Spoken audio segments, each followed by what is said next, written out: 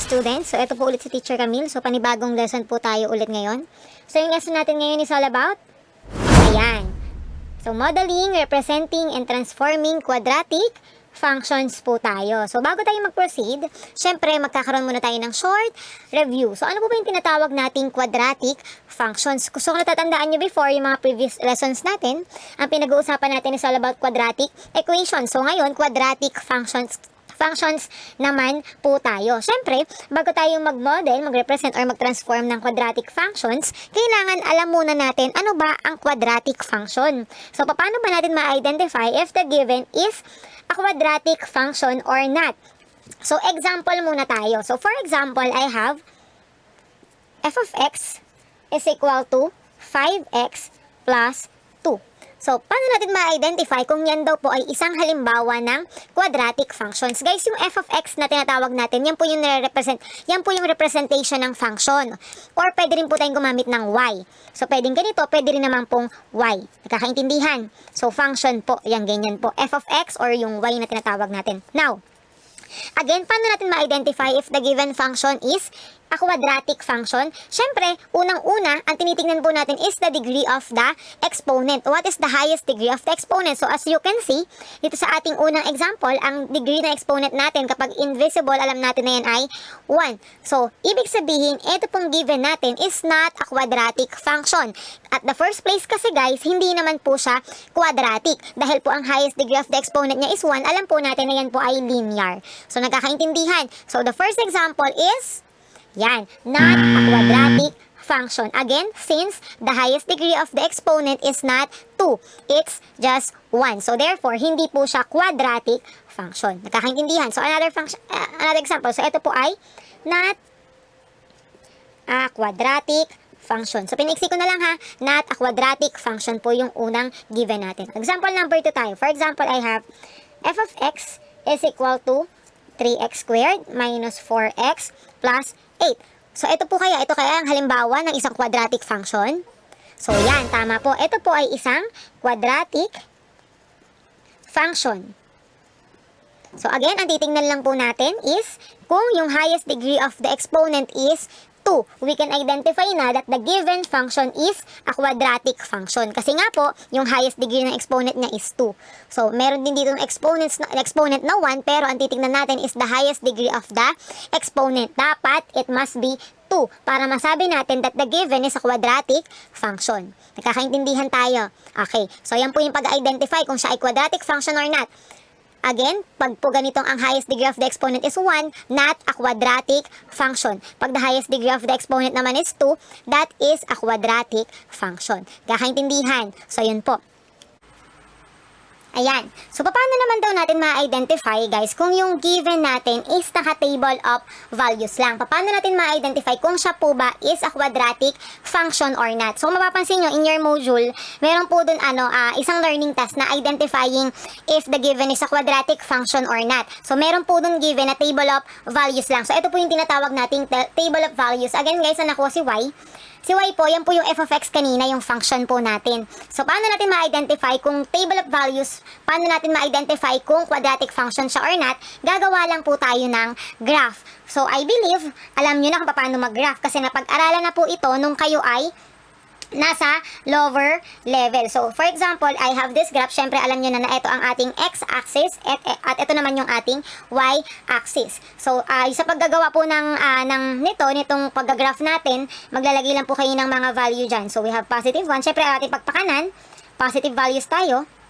Alam nyo na yan, di ba? Pagpakaliwa naman, negative tayo. Siyempre, yung ating origin ay siyempre laging start yan sa 0.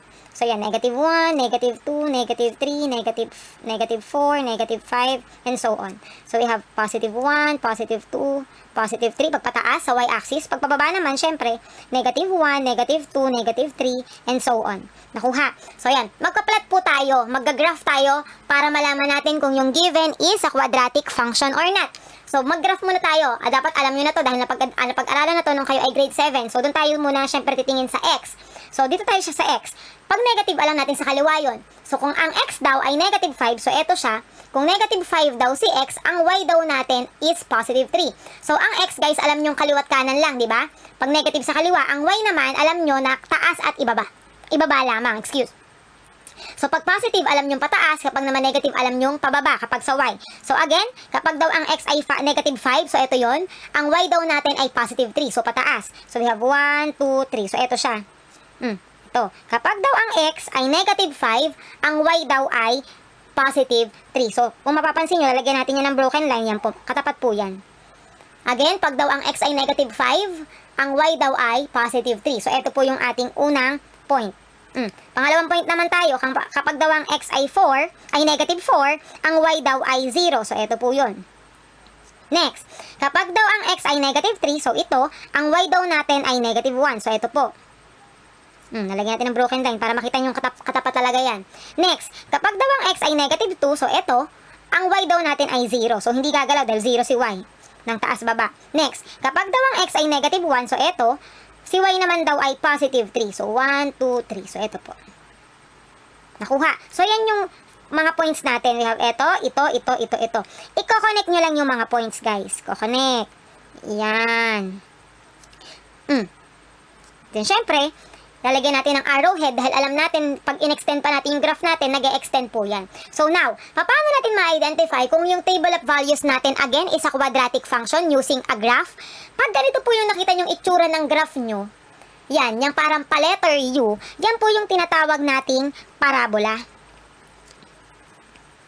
Kapag daw ang graph nyo ay parabola, that means yung ating given table of values is a quadratic function. So, marami po tayong uri ng parabola. Meron tayong pa-letter U na nakahanga sa taas. So, eto. Meron din naman parabola na pababa. Nakuha.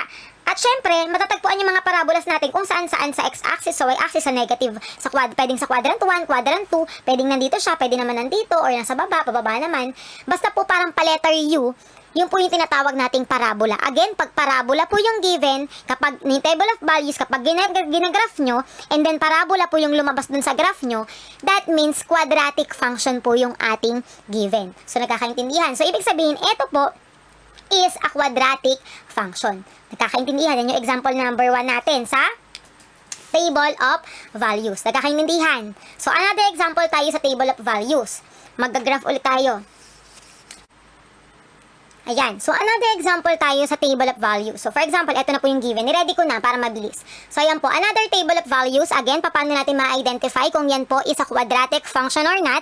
I-graph po natin siya. And I believe, marunong na kayong mag-graph kasi ito yung napag-aralan nyo nung kayo ay grade 7 and grade 8. So, again, mag-graph tayo. So, doon muna tayo sa ating una, syempre.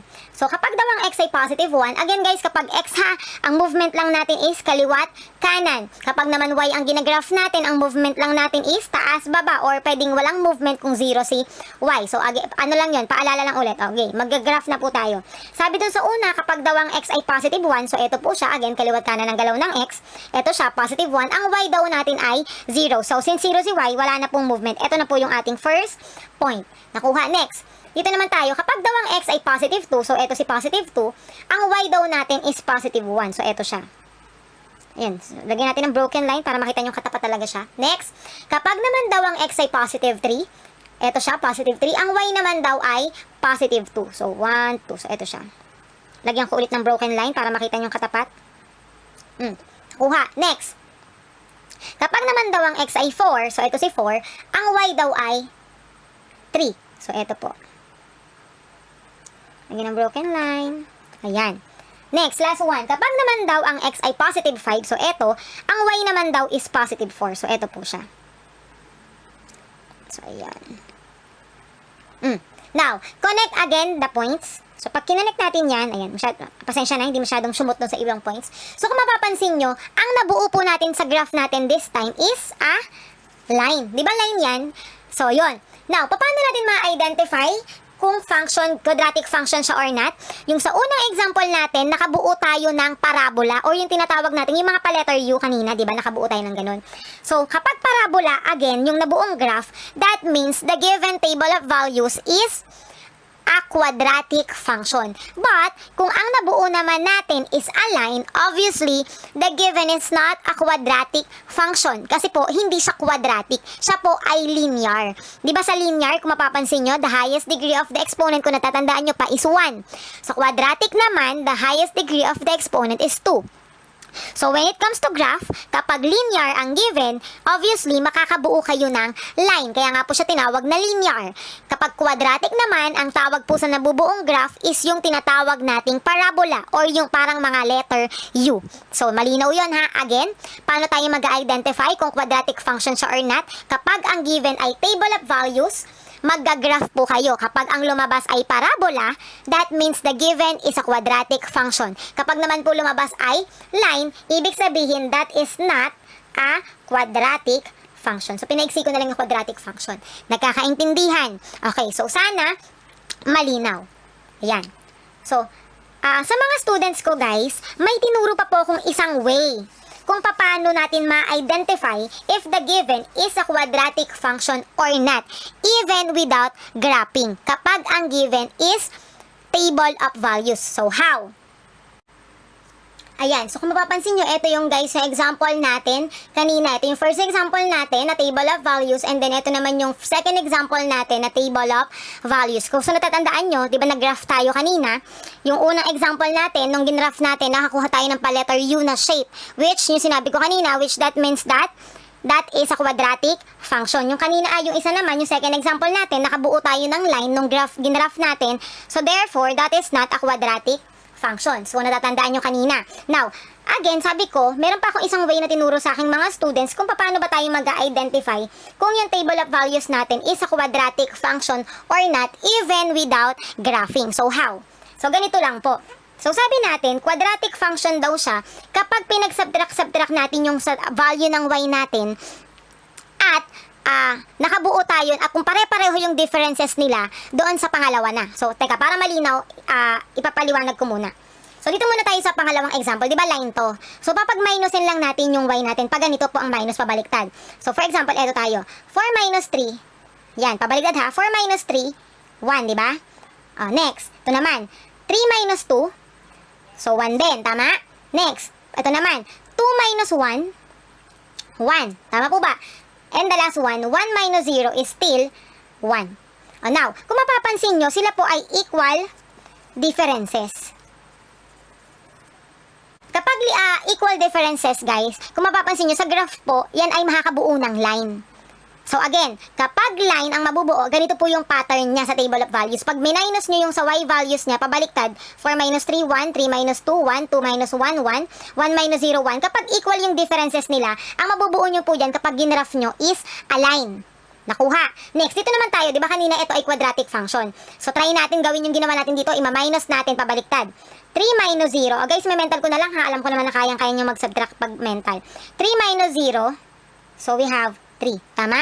So, ayan. Paano pag may negative na? Sige, mag-i-scratch ako para hindi kayo malito. So, 0 minus negative 1. Di ba ganyan yan? 0 minus negative 1. So, alam natin kapag dalawang negative, nagiging positive. So, ganun yung tinuro ko sa estudyante ko before. Ewan ko sa inyo kung paano kayo mas nadadalian. So, we have 0 plus 1 na. Tama? So, 0 plus 1 is 1. Tama?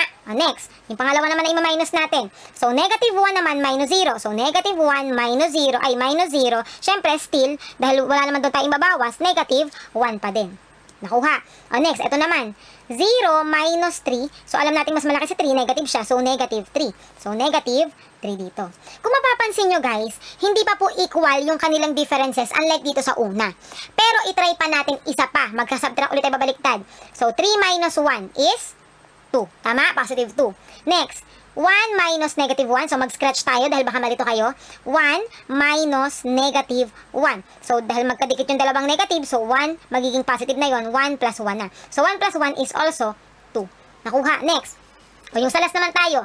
Negative 1 minus negative 3. So, negative 1 minus negative 3. Kasi di ba nagka-subtract tayo pabaliktad. So, dalawang magkadikit, magiging positive. So, copy si 3, copy si negative 1. So, negative 1 plus 3, syempre, kapag different sign subtract, so magiging 2. And then, get the sign of the higher number, which is 3. Since positive siya, positive 2. So, positive 2.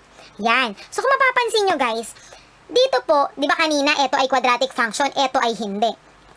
Dito po sa ating hindi, o yung tinatawag natin yung linear kanina, di ba nakabuo ng line? Pag nag-subtract tayo, sa una pa lang na pag-subtract natin, equal differences na yung lalabas. Samantalang, sa quadratic function, yung parabola kanina, kapag nag-subtract tayo dun sa una, na pabaliktad ha, hindi pa agad equal differences. Ang ingay ng aso! Okay, balik tayo. Ayan. Pero kapag pinangalawa natin, sa pangalawang layer, sinabtract ulit natin pabaliktad, doon pa lang po siya magpo-produce ng equal differences. So, ayan po yung pinagkaiba ng quadratic function doon sa hindi quadratic function. Kung ayaw nyo lang mag-graph. So, kung saan kayo masadadalian, binigyan ko kasi ng option yung mga estudyante ko before. Kung saan kayo masadadalian, kapag ang given ay table of values, paano nyo ma-identify kung quadratic function siya or not? Pwede kayong mag-graph. Kapag nakuha nyo is parabola, quadratic function siya. Kapag nakuha nyo naman is line, yung ginraph nyo, hindi po siya quadratic function. Or, eto po yung binigay kong option po sa kanila kung ayaw nilang mag-graph. Ima-minus nyo lang pabaliktad. Kapag sa unang minus nyo pa lang ay equal na yung differences nila, not a quadratic function na. Kapag naman hindi agad equal yung differences doon sa unang pagmaminus nyo, try nyo doon sa pangalawa. Doon siya mag-equal yung differences. Yun po yung pinakaiba niya. Sa pangalawang layer siya nag-equal yung differences, therefore quadratic function po siya. Nakuha. So, yun po siya. Again, kapag sa una pa lang na layer, equal differences na, not a quadratic function. Dito naman sa pangalawa, kapag doon sa pangalawang pagmaminus ay doon siya nag-equal differences, that is a quadratic function. So, again, kung saan kayo masadadalian, yun po ang gawin nyo. Kung sa graph kayo masadadalian, mag-graph. Kung sa ganito naman po, so ganito po yung gawin nyo. Ayan, so ito yung first example natin kung paano po ba tayo magga-graph kung ang given po is a quadratic function. So kanina, marunong na kayo mag-identify kung ang given ba is a quadratic function basta yung highest degree of the exponent is 2. So guys, sa pagka-graph ng quadratic function, syempre kailangan naka-standard form. Alam niyo naman yung standard form, nasa unahan si second degree, nasa pangalawa naman yung ating linear term, and si constant naman yung nasa last. So paano tayo magga-graph? Parang yung kanina, yung table of values na tinatawag natin. So, gagawa po kayo ng table of values. So, si x, y. Again, guys, si y, yung kanina, siya rin po si f of x. Ha? So, yun din po yun. Pero pwede rin kayong gumamit ng y. Now, gagawa po kayo ng table of values. Kung mapapansin nyo po, guys, sa lesson natin na quadratic function, meron po tayong tinatawag na si x and y. Si x po yung tinatawag nating si independent variable at si y naman yung sinasabi nating dependent variable. So, si x, kaya siya tinawag na independent, syempre, pag sinabi natin independent, nakakapag-isa, di ba? Pag sa tao, kasi independent na siya, so kaya niya na mag-isa. Kasi po, si x, kayo lang yung magbibigay ng value kahit ano po siya. Samantalang si y, ba't siya tinawag na dependent? Ibig sabihin, nakadepende siya. Kasi po, ang value ni y ay depende sa value ni x. So, makikita niyo mamaya. So, paano yun? Again, si x, kayo lang magbibigay. So, for example, dito sa ating first example, so ako magbibigay ng value ni x. For example, ang gusto ko ay negative 1, 0, 1, 2, and 3. So, pero syempre guys, dapat sunod-sunod siya ha, yung sa number line. Syempre, simula negative, 0, and then positive. So, pwede namang negative 2, negative 1, 0, 1, 2, depende po sa inyo. So, yan. Kunyari, ito si x, yung tinatawag nating independent variable. Now, paano natin nakukuha si y? O yung tinatawag nating dependent variable? Again, nakadepende ang value ni y kay x. So, paano na po natin ginagawa yun? Syempre, by using the function na tinatawag natin. So, sabi sa function natin, y daw is equal to x squared minus 2x minus 3. So, again, paano natin makukuha si y? Nakadepende po siya sa value ni x. Kapag daw ang x ay negative 1, ano daw si y? So, ito po yung function natin. Ito yung gagamitin natin. Sa substitute lang po natin kapag daw si x ay negative 1. So, lahat ng x ay papalitan natin ng negative 1. 2, negative 1, minus 3. So, yan. Lahat ng x, pinalitan ko ng negative 1 dahil yun yung unang value natin ni x. And then, you solve. Para ma-solve natin si y. Diba? Nakadepende si y kay x. Tama po ba? Yan. So, negative 1 squared. So, alam nating positive 1. Negative 2 times negative 1, we have positive 2. And then, syempre, copy lang muna si negative 3. Next. So, 1 plus 2, we have 3 minus 3 copy. So, 3 minus 3 is equal to 0. So, ibig sabihin, kapag daw ang x ay negative 1, so pag sinubstitute natin, si x ay negative 1, the value of y daw will be, ayan, 0. Nakuha. So, kaya po siya tinawag na dependent variable kasi again, nakadepende yung value ni y sa value ni x. Nakuha. Next. Yung second naman tayo. So, y is equal to x squared minus 2x minus 3. Paano naman daw kung ang x ay 0? So, lahat ng x ay papalitan naman natin ng 0. 0 minus 3. So, 0 squared, ibig sabihin nun ay 0 times 0. So, 0. Negative 2 times 0, alam natin any value ay 0. Minus 3. So, 0 minus 0, 0 minus 3. So, 0 minus 3 is negative 3. So, kapag daw ang x ay 0, the value of y daw is negative 3 naman. Nakuha. Next, burahin ko na to. Paano naman daw kung ang x ay 1? So, same process. Y is comprehensive function is equal to x squared minus 2x minus 3. Paano naman daw kung ang x ay positive 1? Ganun din, same process. Lahat ng x ay palitan naman ng positive 1 to get the value of y. So, negative 1 squared, that means 1 times 1, so 1. Negative 2 times 1, alam natin kapag magkaiba sign, tas multiplication always negative, and then multiply. Negative 2 times 1 is negative 2. Then, copy negative 3. Nakuha? Nakasunod? So, 1 minus 2, alam natin mas malaki sa 2, so magiging negative, and then subtract 1. So, 1 minus 2 is equal to negative 1. Then, copy lang muna si negative 3 para hindi malito. So, negative 1 minus 3, same sign sila. So, add, so which is 4, and then keep the sign. So, negative 4. Sana natatandaan nyo pa yung kantang tinuro ko before, di ba? Yung same sign, add and keep, different sign, subtract. So, sana natatandaan pa. So, kapag daw ang x ay 1, the value daw of y is negative 4. Next, kapag naman daw ang x ay 2. So, again, copy lang ulit si function. So, papalitan naman natin lahat ng x ng positive 2. So, positive 2 squared minus 2, positive 2 minus 3. So, 2 squared is 4. Negative 2 times 2 is negative 4. Copy negative 3 or minus 3. So, 4 minus 4, 0. Copy negative 3. 0 minus 3, negative 3. Tama? Kasi mas malaki sa 3, subtract, and then copy the sign. So, negative 3. Kapag daw ang x ay 2, ang y daw ay negative 3. Sana nakakasunod. Last na tayo. Paano naman daw kung ang x ay 3? So, dito na lang din ako magsasolve. Ayan. Paano naman daw kung ang x ay positive 3? So, same process. Lahat ng x palitan naman ng positive 3. Minus 3. So, 3 squared is 9 kasi 3 times 3 ang ibig sabihin nun. So, negative 2 times 3, magkaiba sign, so negative, and then multiply, 6. Then, copy, negative 3. Continue. 9 minus 6, we have 3 minus 3. Kinopya ko lang yon. Is equal to 3 minus 3, we have 0. So, ibig sabihin, kapag daw ang x ay positive 3, y naman daw will be 0. So, yan. Sana natatandaan. Yan din po yung lesson nyo ng kayo ay nasa previous year. So, yun lang po yung paggagawa ng table of values. So, again, yung ginagawa natin ngayon is mag-graph na po tayo ng quadratic function. First step is gagawa kayo ng table of values. Again, si x yung tinatawag nating si independent variable kasi po, kahit walang value si y, makakapag-isa siya. Kayo lang ang maglalagay ng value. Ma'am, kahit anong value po, opo, basta make sure sunod-sunod. Dun sa ating parang number line, yung negative value, 0, and then the positive values. Kailangan sunod-sunod po. And then si y naman, saan po makukuha yung values niya? Again, siya po yung tinatawag nating dependent variable dahil yung value ni y ay nakadepende sa value ni x. So, ito po yung ginagawa natin kanina. No? Kapag daw ang x ay negative 1, palitan lahat ng x ng negative 1, and then solve para makuha nyo yung value ng ating y. So, nakuha. Now, kapag meron na po tayong table of values, we can now easily graph. So, mag-graph na tayo. Again, yung ginagawa po natin is graphing quadratic function. So, titingin ako dito guys. Alam natin na si x ay positive 3, diba? So, make sure na kasama si positive 3 kay x. So, we have, syempre, laging 0 si origin. We have positive 1, positive 2, positive 3, positive 4. Pagpakaliwa naman kay x, negative 1, negative 2, negative 3, etc. Then, si y naman, ba't niliitan ko lang si y? Bakit 1 lang? Kasi nakita ko naman po kasi na 0 to negative lang yung ating y. So, mas nilakihan ko po talaga yung sa negative.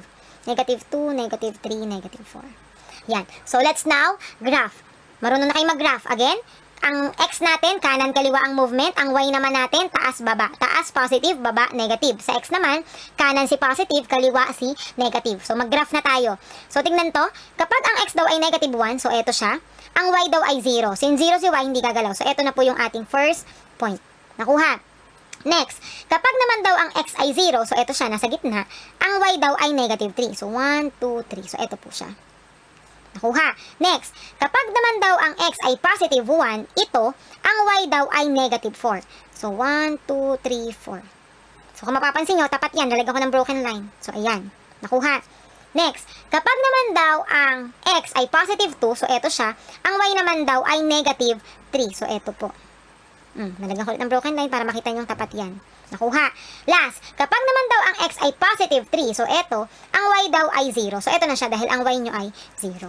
Now, after plotting the points nung table of values natin, connect the points na. So, connect. Ayan, pasensya na. Kung hindi masyado maganda, ayan.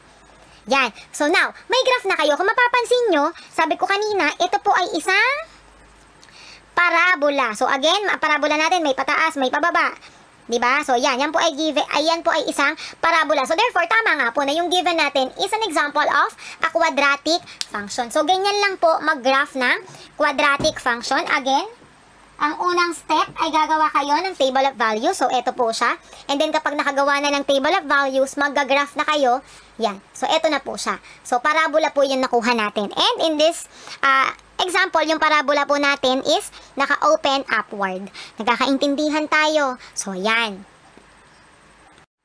So, marunong na kayo kung paano mag-identify kung yung given natin is a quadratic function or not. So, yun yung una nating diniscuss. Second naman, marunong na rin po kayo kung paano mag-graph ng isang quadratic function. And alam nyo na din na yung tawag po sa graph ng isang quadratic function is a parabola. Yung po yung parang pa-letter U. So, this time guys, magta-transform naman tayo. So, ano po yung tinatransform natin? So, ito po rin po yung given natin kanina. So guys, ako natatandaan nyo, yan po ay naka-standard form. So di ba yung standard form niya f of x is equal to ax squared plus bx plus c. Parang yung standard form din lang po natin sa quadratic equations. Again, sa f of x, si y lang din po yun ha. So yan, parang yung quadratic equation din. Nasa unahan si quadratic term, si linear term, and then si constant. So, ayan. Kung mapapansin nyo, yung given natin is naka-standard form na. Now, paano po yung sinasabi kong magka-transform? So, itatransform po natin yung general form na yan into a vertex form. So, ano po ba yung tinatawag nating vertex form? Burahin ko lang muna to. So, yung tinatawag na, dito ko lang nalagay ha. Ayan. So, yung tinatawag nating vertex form, so, eto po siya.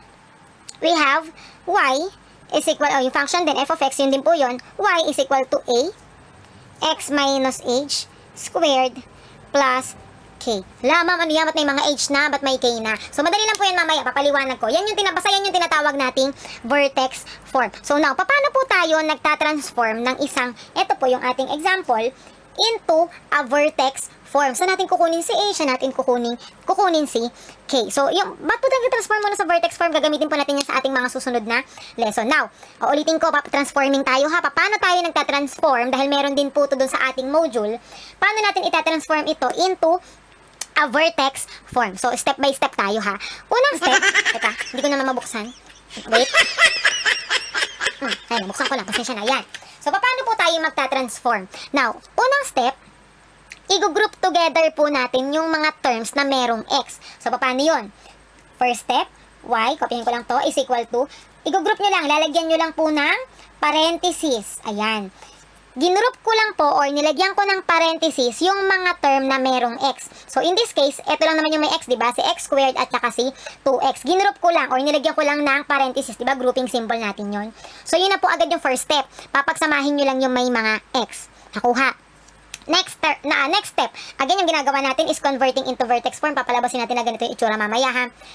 Next, after nating mag-group together yung mga terms na merong x, gagawin nating perfect square trinomial ito. Diba naturo ko na yun before kung paano gumawa ng perfect square trinomial.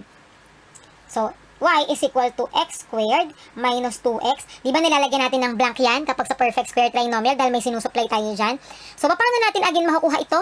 Kung natatandaan nyo pa dati, yung binigay kong ganitong formula, sana natatandaan pa. Para makuha natin ito, para maging perfect square trinomial, di ba? Si b daw, dinidivide lang natin sa 2 and then squared. So, in this case, si b ay negative 2. Di ba si b natin is yung linear term? So, ito yung linear term, di ba? So, si b is yung negative 2 kasi yun daw yung kasama ni x. So, negative 2 over 2 squared. Tama? So, negative 2 divided by positive 2 is negative 1 squared. And negative 1 times negative 1 is positive 1. Nakuha. So, eto daw po yung isusupply natin dito. Nakuha. Si negative 1 ha. Now, paano natin ginagawa yun? Again, yun po yung second step. Ginagawa nating perfect square trinomial yung ating nasa parenthesis. Sabi doon, gagawin natin siyang perfect square trinomial by adding the value of b over 2 squared. Adding. So, i-add daw natin to. Adding 1 doon sa loob. So, plus 1. Again, adding 1 doon sa loob. Pero, subtracting naman daw to the constant. So, dahil ito yung constant natin, sasubtract naman daw natin si 1. So, dito, plus 1, dahil i-add, dito naman sa labas, ito pa rin syempre ang susupply natin, yung positive 1. Kung dito ay nag-add ka ng 1, dito naman daw sa labas ay magma-minus ka ng 1. Ayan, again ha, ulit. Paano magiging perfect square trinomial again to? Syempre, yung formula na tinuro ko before, b over 2 squared. Pero yung makukuha nyong value, which is 1 in this case, i-add nyo dun sa parenthesis or yung nasa loob ng parenthesis, i-add, samantalang sa labas naman or dun sa ating constant, ima-minus nyo naman. Nagkakaintindihan? Add sa loob, subtract sa labas. Nakuha. So yun po yung second step. Make it a perfect square trinomial by doing this. Then pag nakuha na yung value nito, add nyo sa loob, subtract nyo naman sa labas. Nakuha. Next. After making it a perfect square trinomial, burahin ko na ito. Alam niyo na kung saan nakuha yan. Siyempre, solve na natin. So, solve. Paano natin solve? Ito naman po yung third step natin. Di ba? Perfect square trinomial na to. So, gagawin naman po natin siyang square of a binomial. Di ba marunong na rin kayo sa square of binomial? Naturo ko na yung before. Yung ganito yung itsura. Diba? So, paano again tayo kumukuha ng square of the binomial? Kunin lang yung square root ng first term, which is, what is the square root of x squared? Alam na nating x. Naturo ko na yun before. And then, kunin lang din po yung square root ng last term. Yung dinagdag natin kanina. What is the square root of 1? 1, diba? Ma'am, diba dalawa yung value nun kapag square root? Positive 1 and then negative 1. Yes po, dalawa yung value always kapag square root. Pero, yung tinuro ko before, paano yung pagbabasihan natin ng sign, kung ano po yung sign ng middle term natin. So, in this case, negative siya. So, negative yung kukunin nating value ni 1. Nakuha. Again, paano nga ulit tayo nagagawa ng square of binomial? Square root ni first term, which is x. Square root ni last term, which is 1. And then, yung sign natin sa pinagbasihan, kung ano po yung nasa sign ng middle term, which is negative. Nakuha. And then, you solve. Ito po, solve. Negative 3 minus 1, same sign, add and keep the sign. So, negative 4. Nakuha. Ayan. So, kung mapapansin nyo guys, ito po is yung tinatawag na natin na vertex form. O, kung mapapansin nyo, di ba, yan yung itsura niya. Ma'am, si A. Si A po is the numerical coefficient dito. Pag wala, automatic that is 1, di ba? So, may A na tayo. Yun nandito, which is 1 po. And then, x minus h. So, h natin ay ito. And then, plus k, which is ito po. Nakuha. So, naka-vertex form na tayo. Nakuha. So, yan. Ito po yung tinatawag nating. So, ayusan ko lang ha. Nakakahiya naman sa inyo. Yan. So, ito na po yung tinatawag nating vertex form. Yan, nakuha. So, ganun lang po mag-convert ng standard form into a vertex form. Again, first step, i-parenthesis yung may mga x. Second step, yung naka-parenthesis, gagawin yung perfect square trinomial. And then, third step naman, ayan na po. Yung perfect square trinomial ay gagawin nyo namang square of a binomial. So, ayan na po yung tinatawag nating vertex form. Yan. So guys, dati rin sa mga estudyante ko, may tinuro pa akong isang way kung paano natin yan makukuha. So eto po. So pero nasa inyo kung gagamitin nyo ha. So paano po siya? Doon sa isa ko pang way, ginagamitan ko po ng formula. Sinabi ko po sa estudyante ko, yung h natin is equal to negative b over 2a. And yung k naman natin is equal to negative 4 ac minus b squared all over 4a. So, yan. Again, ito po yung second way ko of solving the vertex form, of transforming the vertex form. So, ito po, ginagamitan siya ng formula. Ito yung formula for h, and ito naman yung formula natin for k. So, paano po siya ginagawa? So, dito na rin yung gagamitin natin itong example na to. Yung una, para makita nyo na same lang siya. Y is equal to x squared minus 2x minus 3. So, kung mapapansin nyo guys, again, ito lang din yun ha, pero ito other way. Kung mapapansin nyo, di ba naka-standard form yan? Pag naka-standard form, ma-identify nyo what is the value of a, b, and c. Tama? So, si a natin yung kasama nito, which is 1 dahil wala siyang katabi. So, yung linear term natin, ang kasama niya ay si negative 2. So, ayun si b. At syempre, yung constant naman natin, which is negative 3. So, ayan, di ba? So, meron tayong ang a natin, again, is positive 1, b is negative 2, and c is negative 3. So, marunong na kayong mag-identify dyan. So, again, ito po yung binigay kong formula para ma-identify natin yung value ng h and k. So, dito yung sa vertex form, ha? So, again, guys, ganito yung pagkuha ng vertex form, yung kanina. Ito po ay other way lang ko. So, kung sa kayo nadadalian. Now, using the formula, so, alam natin, guys, di ba ganito magiging itsura niyan? Y is equal to a x minus h squared plus k. So, yan yung papalabasin natin, di ba? The vertex form. Using the formula, paano doon natin makukuha si h? So, by substituting. So, h, dito tayo sa gilid, is equal to negative b over 2a. So, what is the value of b natin? So, syempre, copy si negative, and then yung b natin is negative 2 pa. Huwag malilito doon, ha? Syempre, bukod kay negative, si b ay negative 2. Nakuha. Over 2 times a, which is 1. Di ba? Sa a natin is 1. So, h is equal now to negative times negative 2, syempre positive 2 over 2, or simply 2 divided by 2 is 1. Nakuha. So, ibig sabihin, ang value ng h natin is 1. So, eto yun, yung h, diba? So, papalitan na natin. Ito daw po si h ay 1. So, babalikan natin mamaya yan. Nakuha. Next. Doon naman tayo kay k. So, substitute natin yung value again. Ito ulit tayo. K is equal to 4ac minus b squared all over 4a. So, palitan natin yung mga value. 4 times a. Ano ba yung a? 1. C is negative 3. 3 minus, ulitin ko, hindi kasya. Ulit. So, yan. KK tayo. So, 4 times ang 1 ay a. Si c is negative 3 minus b squared. So, si b is negative 2. Then, squared pa. Nakuha all over 4a. Palitan lang yung ABC again, ha? Next. So, diretsuhin ko na to, ha? So, 4 times 1 is 4. Times negative 3 is negative 12. So, pwede nyo i-calculator. Siyempre, sa PEMDAS, uunahin muna natin yung naka-parenthesis or yung the exponent bago tayo mag-subtract, diba? So, copy lang si minus. Unahin muna natin to. So, negative 2 times negative 2, positive 4. Positive 4 man ba't may negative? Hindi po, yung po yun. Huwag malilito, ha? So, nakuha. All over, 4 times 1 is 4. Nakuha. Next. Negative 12, negative 4, same sign. So, add and then keep the sign. So, negative 16 over 4. Or simply, negative 16 divided by 4 is negative 4. Nakuha. So, si k daw natin, di ba si k yung sinosolve natin? So, si k daw natin is negative 4. So, yan. I believe kaya nyo na to kasi di ba solving lang naman yun, napagdaanan nyo na yan sa ating quadratic formula before. So, lagay ko lang muna dito ha. Si k daw is negative 4. Nakuha. So, naburahin ko na to. I-explain ko paano ginagawa dito. Baka kasi malito pag meron ito. Yan. So, using the formula ng h and k, pinalitan ko na. Si h daw yung nakuha nating value kanina is 1. Si k daw ay negative 4. So, yan na po yun guys. Isasalansan nyo na lang na maayos. So, y is equal to a. So, ano ba si a? Di ba si a ay 1? Diba? So, si 1, or pwedeng wala na, hindi na isulat, taba? So, si x, syempre, just copy x, minus, yung h daw natin, yung nakuha natin kanina is 1. So, substitute lang. Ayan. So, si k natin is negative 4 daw. Pero syempre, dahil nakita nyo magkatabi pa sila, so ulitin natin, y is equal to x minus 1. Syempre, pag magkatabi, isang positive, isang negative, negative 4. So, eto na po siya. Yan. Ay, guys, sorry na. Nakalimutan natin yung squared pala. Copy lang yun. Nakuha. So, yan. Kung mapapansin nyo, eto na po si vertex form. Pero this time, same lang doon siya doon, di ba, guys? So, yan. X minus 1 squared minus 4. Same lang siya doon kasi nga po, ano lang yan, pagka-transform ng vertex form. Pero again, dito sa ating unang pinakita kong example is using yung step natin step by step kanina, yung ginagawang perfect square trinomial and then square of a binomial. Pero in this case, yung sa pangalawang pinakita, using naman yung formula sa pagkuha ng h tsaka ng k. Direct na tayo doon. So, isosolve nyo na lang si h, isosolve nyo na lang si k. Yan. So, yun. Katulad nga sinabi ko kanina, kung saan kayo mas nadadilian. Kung using this formula, direct na kayo kay HK o di kaya naman by using this one. Nakuha. So, again, conversion lang naman yan or transforming the given into a vertex form. So, nagkakaintindihan sana po, malinaw ang lahat.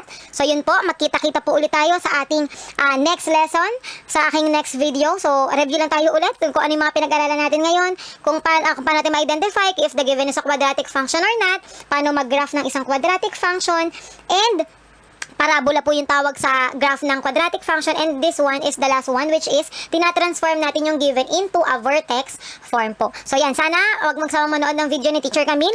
Next magkita-kita po ulit tayo sa aking next video. So sana maraming natutunan. So again, maraming salamat sa panonood. This is Teacher Camille saying goodbye!